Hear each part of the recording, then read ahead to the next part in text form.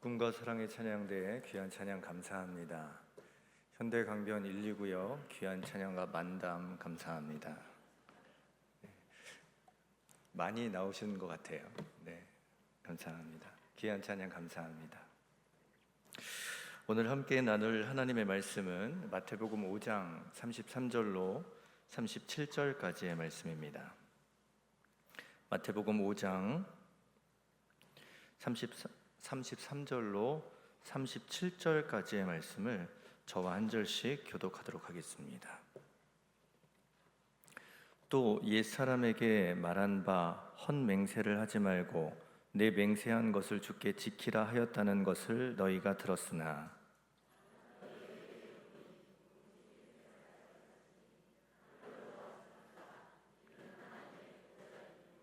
땅으로도 하지 말라 이는 하나님의 발등상임이요 예루살렘으로도 하지 말라 이는 큰 임금의 성임이요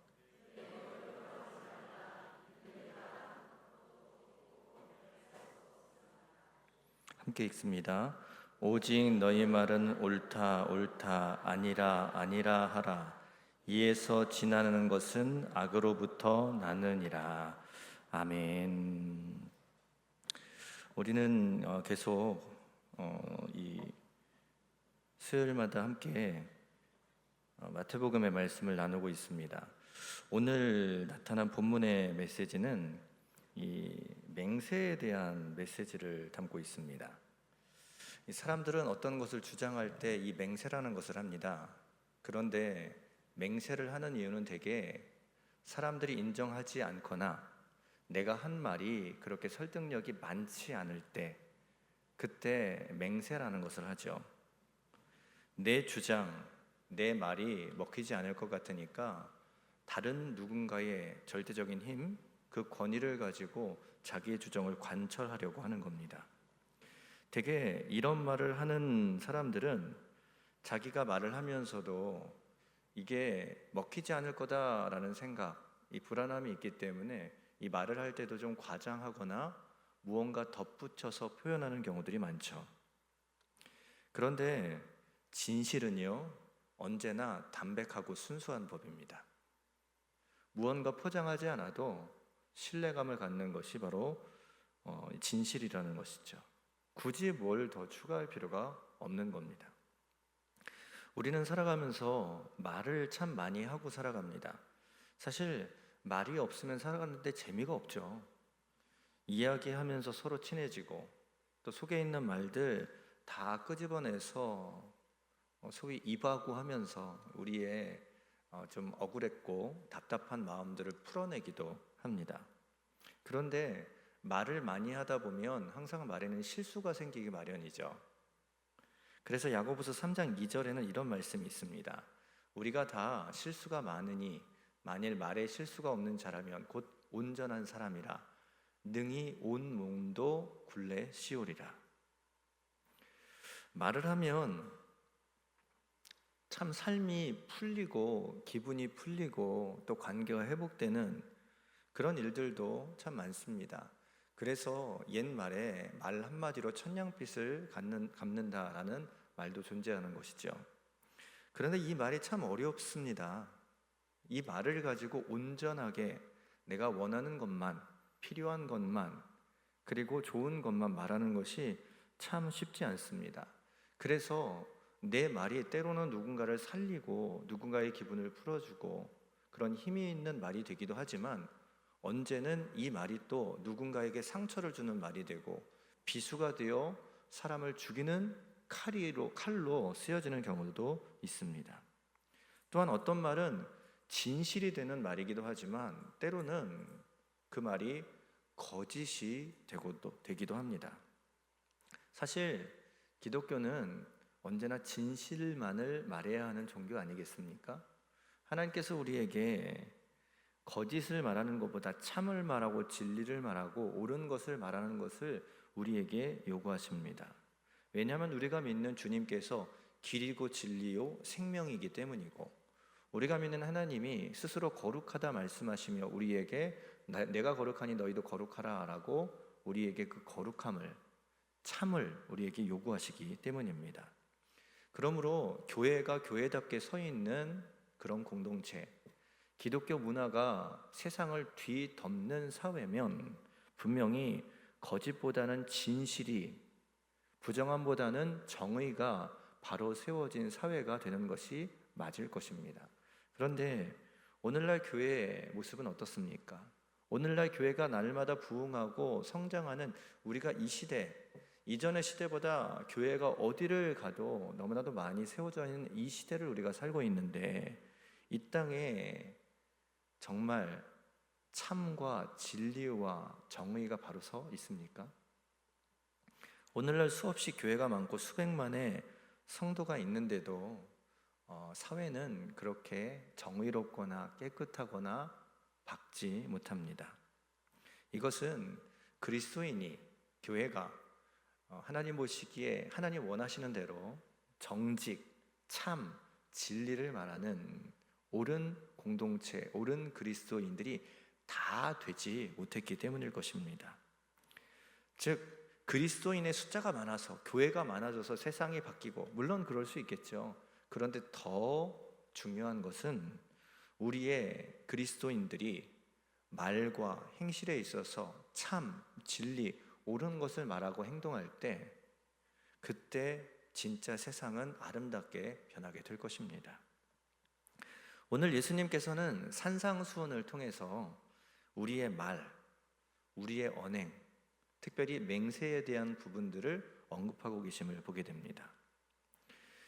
이는 참 중요한 문제예요. 왜냐하면 이 중요한 문제에 대해서 당시에 율법학자, 서기관, 종교 지도자들은요, 이 말씀을 의도적으로 잘못 해석하고 그것을 오용하며 자기의 편의에 따라 이용했다라는 거예요. 앞서 우리가 몇 주 전에 나누었던 이 간음에 대한 부분이라든지 또 이 살인에 대한 부분, 형제와 화평하는 부분들, 이런 문제에 대해서는 사실 소수에만 국한될 수 있는 문제겠지만, 맹세, 이 거짓이 아닌 정직의 문제, 이것은 개인과 공동체를 넘어서 전 사회를 그렇게 흔들어 놓을 수 있는 아주 중요한 문제이기 때문입니다. 거짓이 판치는 세상은 항상 모두를 힘들게 만드는 사회적 문제를 야기하기 때문이죠. 작년 4월쯤에 인천의 한 아파트의 건설 현장에서 지하 주차장이 붕괴되는, 이 건설하고 있는 중에 지하 주차장이 붕괴되는 사고가 있었습니다. 제가 당시에 인천에 살고 있던 터라 인천이래 이 집사람이 얘기하는 걸 들어보니까 이제 관심이 더 가는 거예요. 도대체 어떤 아파트가 저런 일이 벌어졌나 이렇게 봤더니 멀지 않은 거예요. 검단이라는 도시에서, 신도시에서 그 일이 벌어졌더라고요. 설계 때부터 필요한 철근을 좀 빼고 설계를 했는데, 그대로만 했다면 좀 문제가 없을 텐데 시공할 때도 철근을 또 빼먹고 시공을 한 거죠. 빼먹었겠습니까? 그냥 빼돌렸겠죠. 재료를 빼먹고 또 콘크리트를 쓰는데 저강도 콘크리트를 썼어요. 실수가 아니겠죠. 뭔가 이것을 통해서 적은 재료, 그리고 안 좋은 재료를 쓰고 내 유익을 위해서 그렇게 했던 일들일 것입니다. 이것들이 다 불법이고 거짓 아니겠습니까? 그러니까 건물이 무너지는 것이고, 그러니까 생명을 잃을 수 있는 위태로운 상황들이 만들어지는 것이죠. 그렇기 때문에 맹세, 이 정직, 이런 문제는 굉장히 중요한 문제입니다. 그런데 외형적으로는 하나님을 사랑했고 누구보다도 율법을 잘 지켰던 바리새인들과 서기관들은요, 실제로 이 문제, 이 맹세, 이 정직, 이 문제에 대해서는 누구보다도 깨끗해야 할 텐데, 누구보다도 앞장서야 할 텐데, 이들은 이 문제에 대해서 불의한 모습을 참 많이 보였다라는 겁니다. 오히려 하나님의 법, 하나님의 율법이라는 그 테두리 안에서 이것을 악용하고 자기의 유익을 구했어요.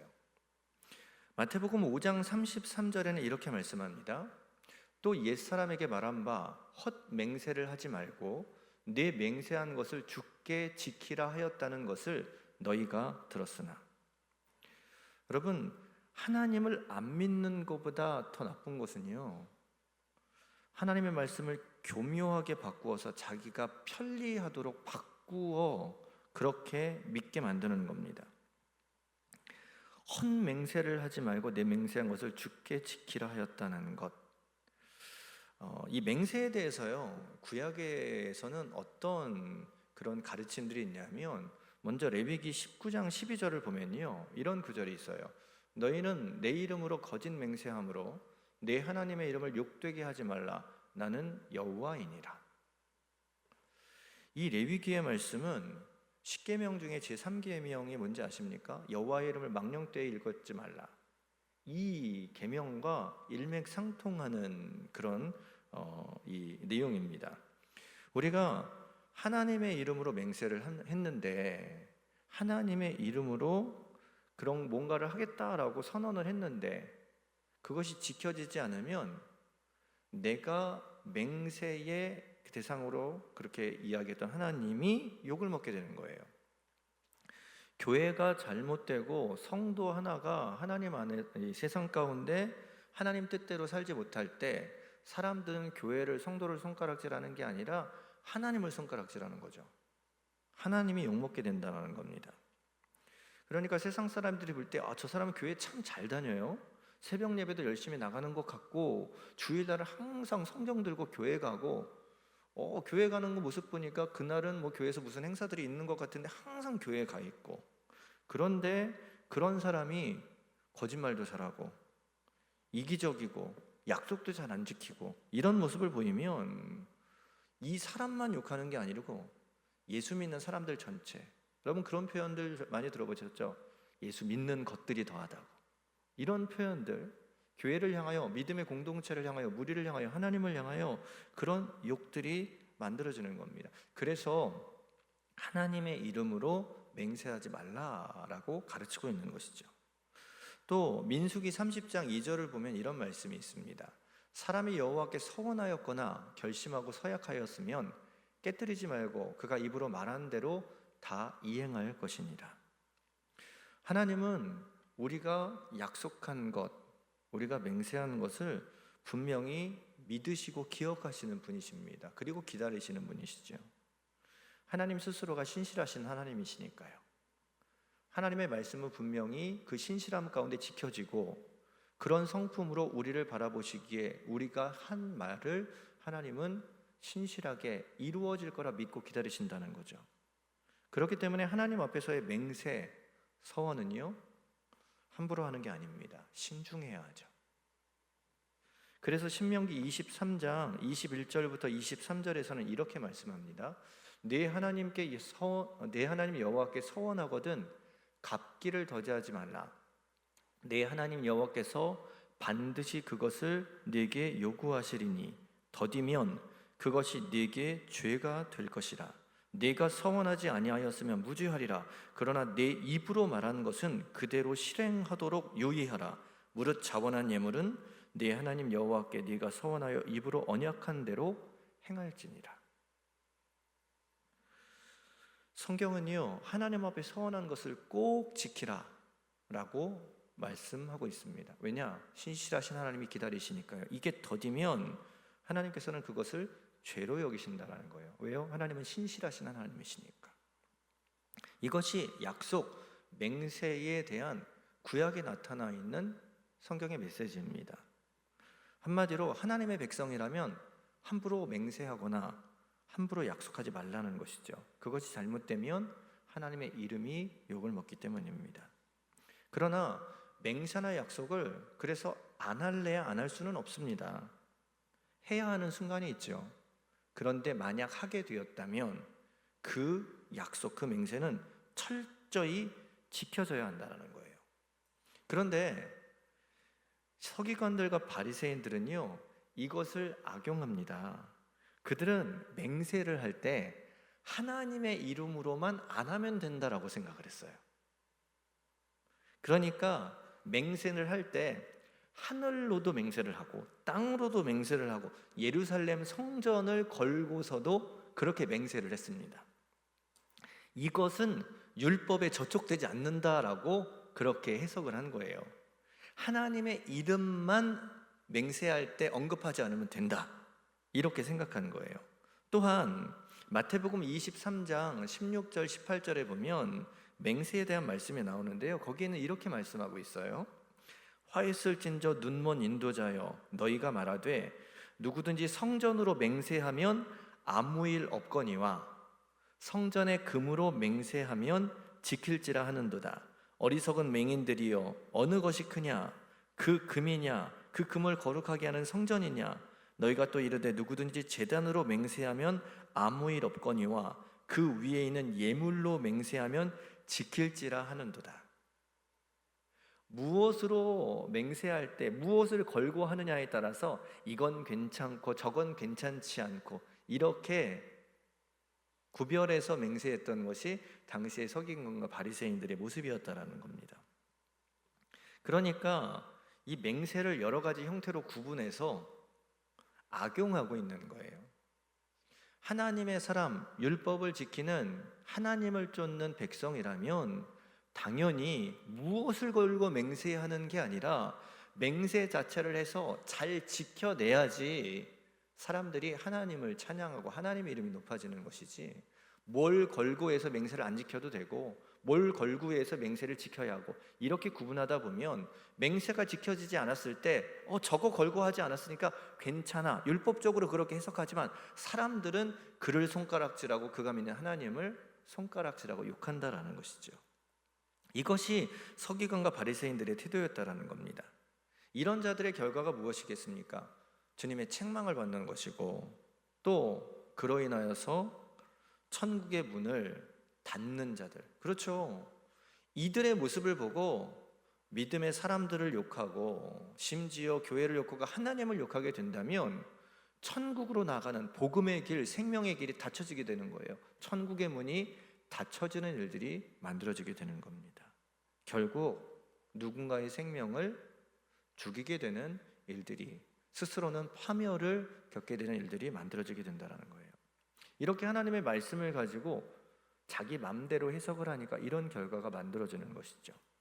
근데 오늘날 이단들도 이런 접근법으로 말씀을 가지고 사용하고 있다는 것을 우리는 잘 알아야 합니다.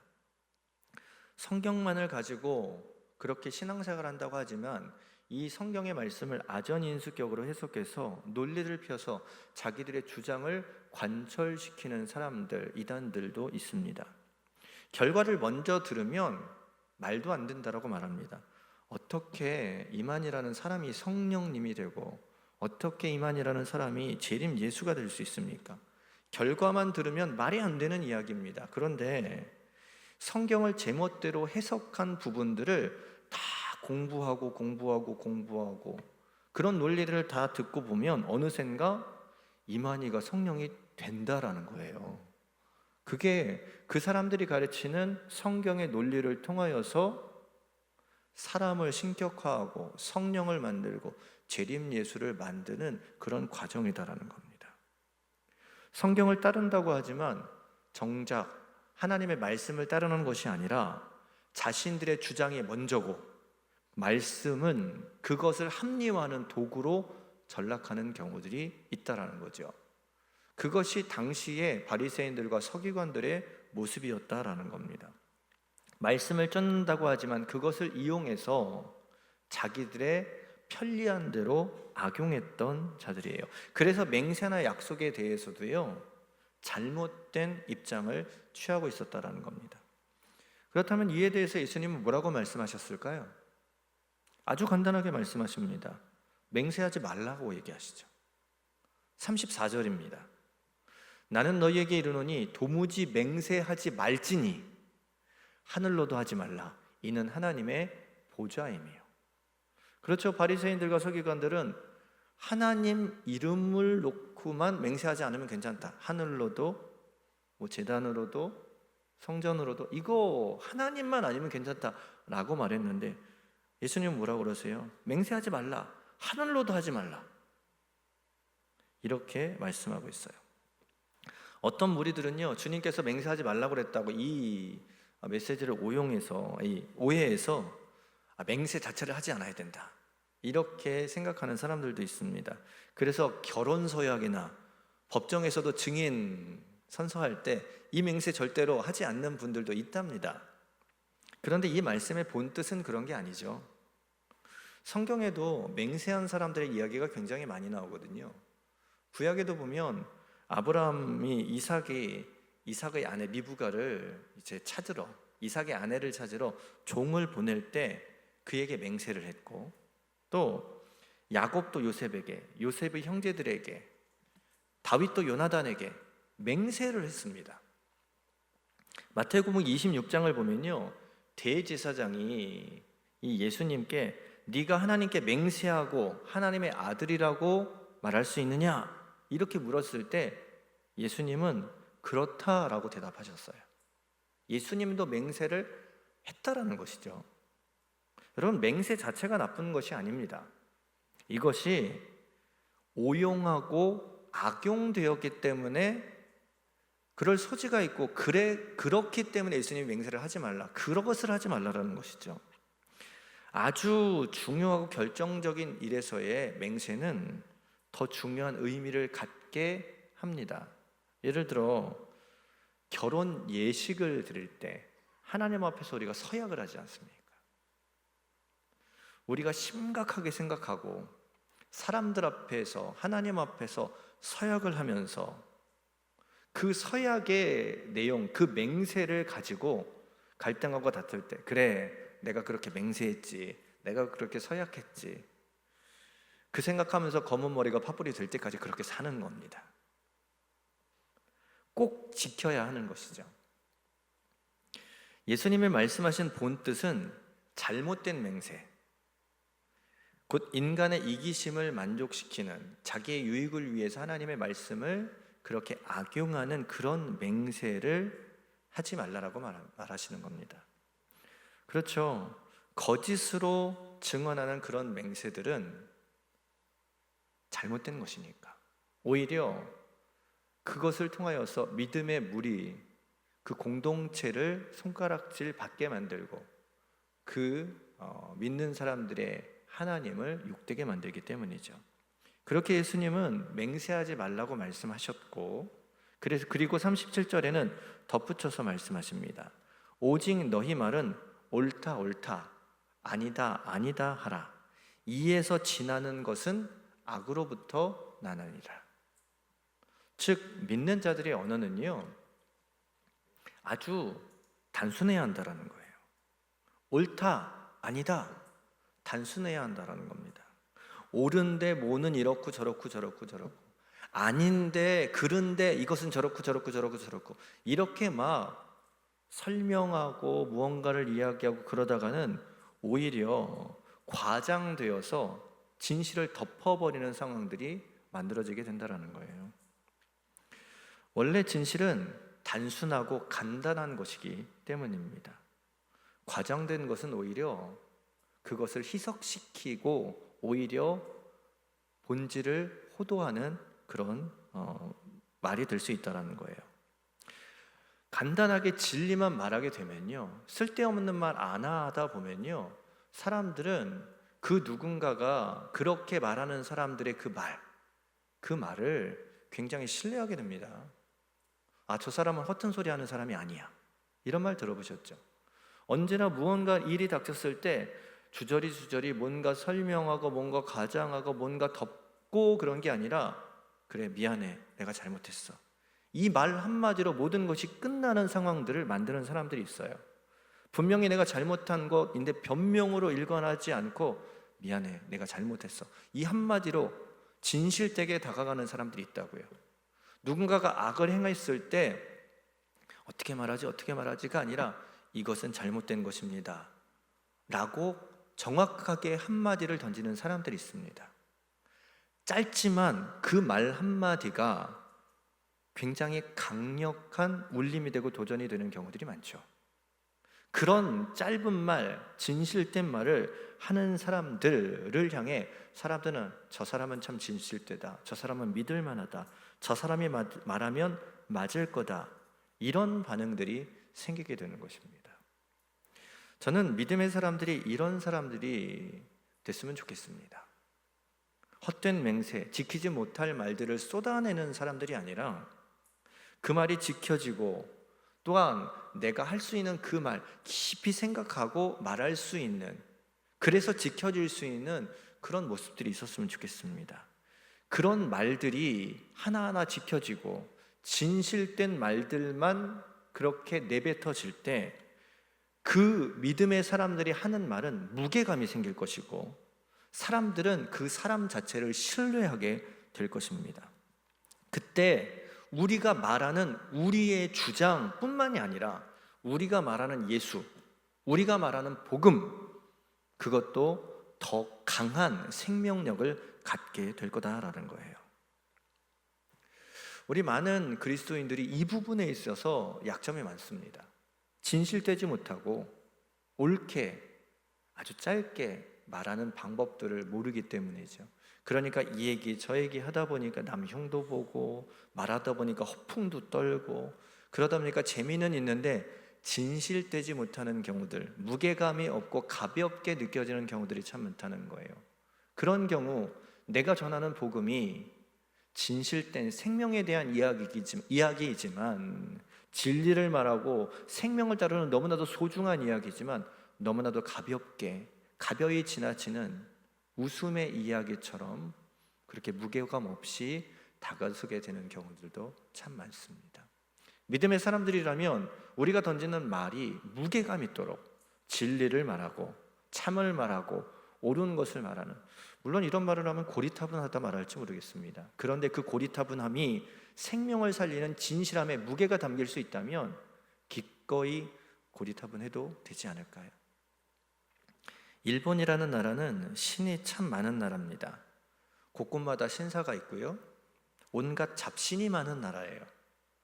무언 귀신들이 그렇게 거기에는 많은지, 다양한 미신과 종교가 있습니다. 그런 일본에도 기독교가 있을까요? 없을까요? 있습니다. 그런데 그 인구가 참 극소수래요. 일본의 인구의 1%가 기독교인이랍니다. 그러니까 소수 종교죠. 굉장히 적은 인원이에요. 그런데 수는 작아도요, 우리나라의 기독교와 일본의 기독교는요, 사람들의 인식이 참 다르답니다. 일본의 기독교는 신뢰할 만한 대상이랍니다. 그리스도인들이 신뢰할 만한 행동을 했기 때문이죠. 믿어도 제대로 믿는 거예요. 수가 적지만 제대로 믿는 사람들이 많은 거예요. 그러니까 긴 말이 필요 없어요. 이 사람들이 하는 말은 곧 행동이 되고 신뢰를 주기 때문에 이들이 말하는 말에 파워가 있는 거예요. 그리스도인들의 언어가 복잡해지고 맹세가 뒤따르는 것은요, 신뢰를 주지 못하기 때문이죠. 우리의 언어가 단순해지기 위해서는요, 그 말에 신뢰를 뒷받침해주는 우리의 행동이 따라주어야 하는 거예요.